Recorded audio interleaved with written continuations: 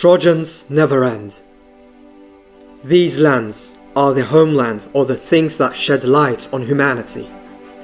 Writing, money, theatre, philosophy, medicine, democracy, and the most famous war trickery, Troy. After 3,000 years, the enemy's new Trojan trick has returned to his native land. The enemy, who attacked the Straits on March 18, 1915, with the largest naval power the world has ever seen, encountered an unexpected resistance and received a heavy defeat. The dream of destroying the Turkish artillery on both sides of the Bosphorus and reaching Istanbul on the same day and drinking coffee ended in the Dardanelles. 3 cruisers of the enemy attacking the Dardanelles with the world's most modern navy were sunk, and 4 cruisers left the battlefield in disappointment, unable to fight again. The enemy, who realized that he could not pass the Turkish Strait defense from the sea, activated his land force. This time their tactics were to silence the Ottoman artillery defending the Bosphorus by making a sudden landing from the land and then to cross the Bosphorus and reach Istanbul. A cunning plan was devised to confuse the Turkish troops defending the Dardanelles coast. The plan came to life on a coal ship for civilian transport. The ship was arranged to quickly land 2,000 soldiers in a short time. 2 ladders were added to the bow section. The purpose of the civilian-looking ship was to surprise the Turkish defense forces and to take advantage of this to seize the shores of the Bosphorus with a rapid attack. Preparations were complete. The enemy fired 4,649 artillery shells from their armoured cruisers with shells 350 to 800 kilograms at the Turkish trenches at Seddul Bahir, a small area to relieve the landing of troops. The image shows the huge shells of the battleship Queen Elizabeth. The arrogant enemy thought that the Turkish soldiers tasked with defending the coasts did not have the strength to resist the naval bombardment and would flee from the front. 1915, 25th April, 6 a.m. Çanakkale offshore. The modern Trojan Horse, the River Clyde, started to sail towards the shores of Çanakkale with boats carrying thousands of soldiers. According to the plan, boats carrying soldiers would come ashore first and draw the attention of the Turkish soldiers on the defensive.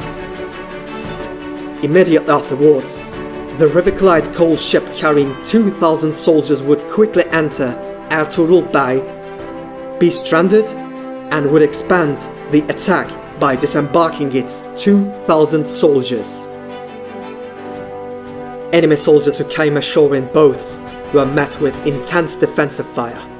As the boats approached the shore, the Ottoman defense, waiting in the trenches, turned the boats full of soldiers into coffins with rapid and accurate shots. A large number of lifeboats were destroyed along with the soldiers in them. On the shore, thousands of dead soldiers were floating in the waters. On the shores of Seddul Bahir, the color of the sea turned red. The Turkish soldier did not flee as the enemy expected, but was stubbornly defending. Next was the ship of the modern Trojan, the River Clyde. While the Turkish defenses were resisting the enemy coming out of by boats, the River Clyde quickly turned to the shore and went stranded. Cannon and machine guns hidden inside the bow of the ship were spewing fire on the shore. A short time later, the soldiers hidden inside went to the stairs. The soldiers began to descend to the barge, which will serve as a scaffolding, from the stairs at the bottom of the ship with rapid movements. Soldiers gathered on the barge to come ashore with the officers in front of them. The Turkish soldiers in ambush were patiently watching the enemy unit, mostly made up of British officers. Suddenly, an accurate and intense fire began. All enemy soldiers on the barge were destroyed in a few seconds. The barrels pointed towards the soldiers descending the stairs. All soldiers advancing on the stairs to descend were shot. Many fell into the sea. The River Clyde was now in turmoil. Enemy soldiers awaiting their turn on the ship for landing were in shock. The stern warnings of the officers also could not take the soldiers up the stairs. The commander of the landing corps, Brigadier General Henry Edward Napier, took action. To encourage the soldiers, he leapt forward with his whip and climbed the stairs. With his whip, he signaled his soldiers to follow him. As soon as the general went up the stairs with the British officers accompanying him, he turned into a target for the Turkish soldier. The general and his entourage collapsed onto the staircase. The fact that the general died spread quickly. There was no longer any other force left to take out the soldiers trapped in the ship. When the British stopped the landing with the determination that there is a very strong Turkish defense, there were only 100 soldiers from the Turkish 26th Regiment, 3rd Battalion, 10th Division, in front of more than 10,000 soldiers. In the first minutes of the landing, Brigadier General Henry Edward Napier died in the British Army. Major General Sir Stuart Wellwood Hare was wounded and out of the war. Many officers and soldiers were lost. The British state may have preferred to make people forget this, rather than to commemorate his general dying with heroism befitting a soldier.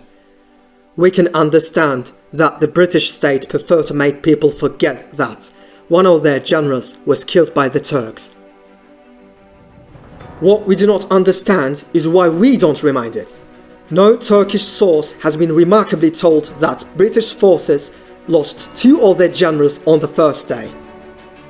So, did the enemy lose only 2 generals in this war? No. It was only the first minutes of the war when 2 generals were lost. The sequel is coming. You'll be very astonished when you find out.